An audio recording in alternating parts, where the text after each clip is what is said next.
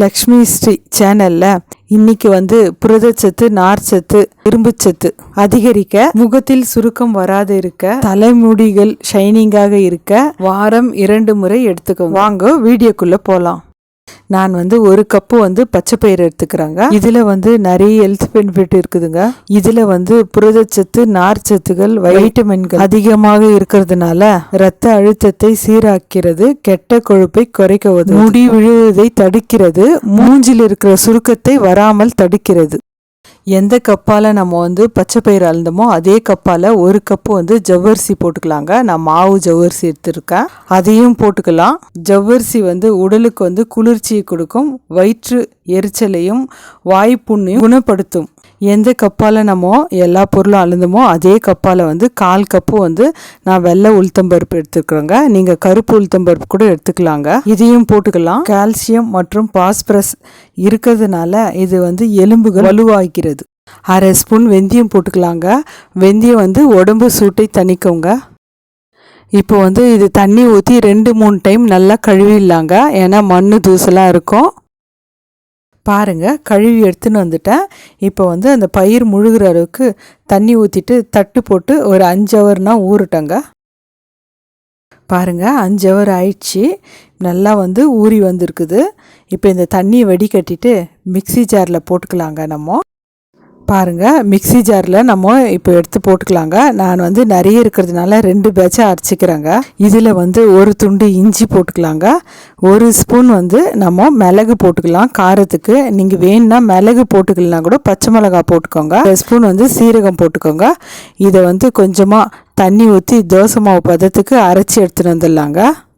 பாருங்கள், நான் அரைச்சின்னு வந்துட்டேங்க. இந்த மாதிரி தான் நம்ம நைஸாக அரைச்சி எடுத்துன்னு வரணுங்க. இதை ஒரு பவுலில் ஊற்றிக்கலாங்க.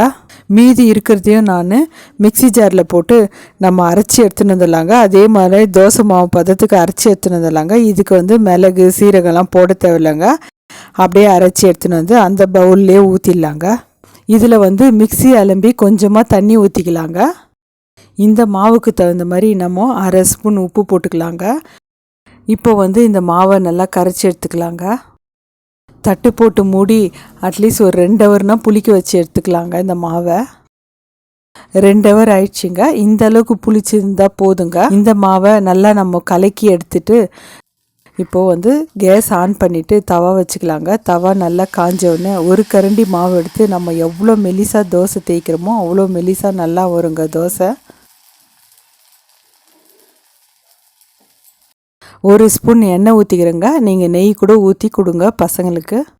பச்சைப்பயிர் நம்ம அடிக்கடி உணவில் சேர்த்துக்கும் போது நம்ம உடம்பு சூட்டை தணிக்குதுங்க. இந்த தோசை ரொம்ப டேஸ்ட்டு, ரொம்ப நல்லா இருக்குங்க. சின்னவங்கலேருந்து பெரியவங்க வரைக்கும் நல்லா விரும்பி சாப்பிடுவாங்க. பாருங்கள், நல்லா வெந்துடுச்சு. இப்போ நம்ம திருப்பி போட்டு இன்னொரு பக்கம் வேக வச்சு எடுத்துக்கலாங்க. 2 பக்கம் நல்லா வேக வச்சு எடுத்துக்கலாங்க. பாருங்கள், தோசை நல்லா வெந்துடுச்சுங்க. இப்போ நம்ம எடுத்துடலாம். ஹெல்த்தியான பச்சைப்பயிறு ஜவ்வரிசி தோசை ரெடி ஆயிடுச்சு பாருங்கள். இந்த தோசைக்கு நம்ம சட்னி, சாம்பார் எது இருந்தாலும் ரொம்ப நல்லா இருக்குங்க. நான் தேங்காய் கடலை சட்னி தாங்க அரைச்சிருக்கேன். டேஸ்ட் ரொம்ப நல்லா இருக்குதுங்க. நம்ம சேனலில் அரிசி இல்லாத பிரேக்ஃபாஸ்ட்டு நம்ம நிறைய போட்டிருக்கோங்க. நீங்கள் வேணும்னா விருப்பப்பட்டால் போய் செக் பண்ணி பாருங்கள். ஒரு டைம் இந்த மாதிரி செஞ்சு பாருங்கள். செஞ்சு பார்த்துட்டு உங்கள் ஃபீட்பேக் எனக்கு சொல்லுங்கள். லைக் பண்ணுங்கள், ஷேர் பண்ணுங்கள், சப்ஸ்கிரைப் பண்ணுங்கள்.